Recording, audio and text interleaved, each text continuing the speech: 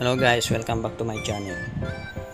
Sa video ito guys, ipapakita ko sa inyo kung paano mag-varnish na walang lacquer flow. Dahil yung may-ari nitong pintuan o yung nagpagawa nitong pintuan na to wala siyang nabiling lacquer flow. Kaya magva-varnish tayo ngayon guys ng walang lacquer flow kasi wala siyang nabili. Meron siya dito nabili na sanding sealer, saka plastic varnish, maple. Dahil naliha ko na to guys ng 120 saka sinundan ko siya ng 220 grit. Papagpagin na lang natin siya ng gamit, yung malinis na basahan bago natin pahiran ng sanding sealer. Pahiran natin siya guys ng sanding sealer kahit 2 patong. Pero bago natin patungan siya ng pangalawang coat, kailangan lilihain natin siya para matanggal yung gaspang niya. Pagkatapos nitong first coat guys, lilihain natin siya ng 120 grit after 30 minutes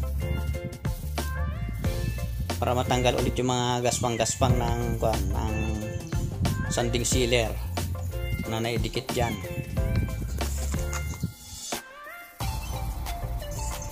Pagkatapos natin guys na lihain yan, papagpagin naman natin ulit ng malinis na basahan para matanggal yung pinaglihaan natin or yung mga alikabok na nakiskis natin. Dahil walang lacquer flow na nabili guys, solid plastic varnish yung ipapahid na lang natin. Yung lacquer flow kasi yun yung nagpe-penetrate dyan sa plastic varnish para hindi kaagad-agad siya matuyo. Kailangan dito guys, kailangan mabilis yung pagpahid natin ng varnish para hindi tayo matuyuan, kasi pag natutuyuan tayo dyan sa pagpapahid natin, gagaspang yung varnish natin. Kailangan mabilis tayo gumalaw o magpahid.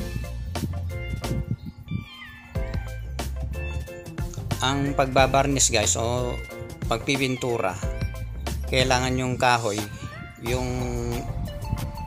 vavarnishan mo ng kahoy, kailangan pahaba palagi yung pagbabarnish mo. Sundan mo kung ano yung guhit ng kahoy, huwag yung pahalang, kasi papangit yung kalabasan ng trabaho natin pagpahalang yung pagbabarnish natin.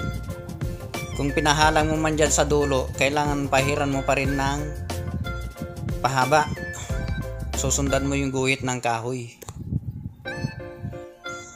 Pagkatuyo ng natin, first coat natin o yung varnish natin, susundan na natin siya ulit ng liha.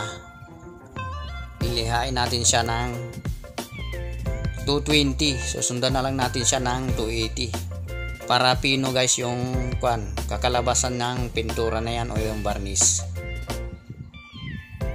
Bawat coat natin guys, kailangan natin na lihain yan para matanggal yung mga gaspang, yung mga bumukol na pintura, kasi paintbrush lang yung ginagamit natin, wala naman tayong gamit na pang spray. Kailangan lilihain natin siya yan. Dito liniha ko na siya ng 220, sinundan ko siya ng 280 para pino yung kalabasan ng trabaho. Pagkatapos natin lihaan guys, papagpaginan naman natin siya ulit ng malinis na basahan para hindi didikit yung pinaglihaan natin na alikabok. Ifa-final coat na lang natin siya guys ng plastic varnish ulit na maple, kasi wala na tayong sanding sealer. Yun lang kasi yung binili ng nagpagawa sa atin ng pintuan na to. Siya kasi yung pinabili ko ng materialis na pang varnish, dahil wala siyang nabili na lacquer flow at isang sanding sealer lang. at 3 boteng varnish lang yung binili niya. Vavarnisan na lang natin, yun yung pinakatapkot na lang natin guys, kasi 2 pintuan tong pinagawa sa akin at pinavarnisan.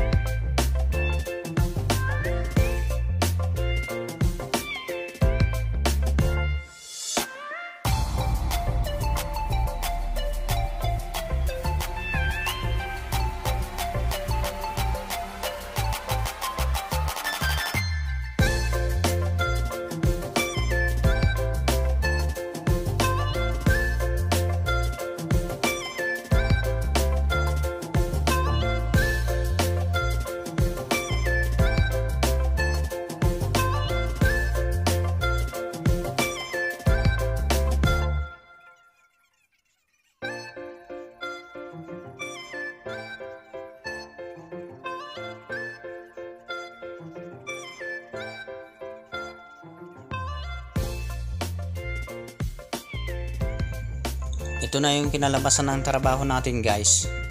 Kahit paintbrush lang at walang lacquer flow, makinis din pala kahit walang lacquer flow yan. Saka kahit paintbrush lang ang nagamit, makinis at saka makintab. Yan, tuyo na to guys.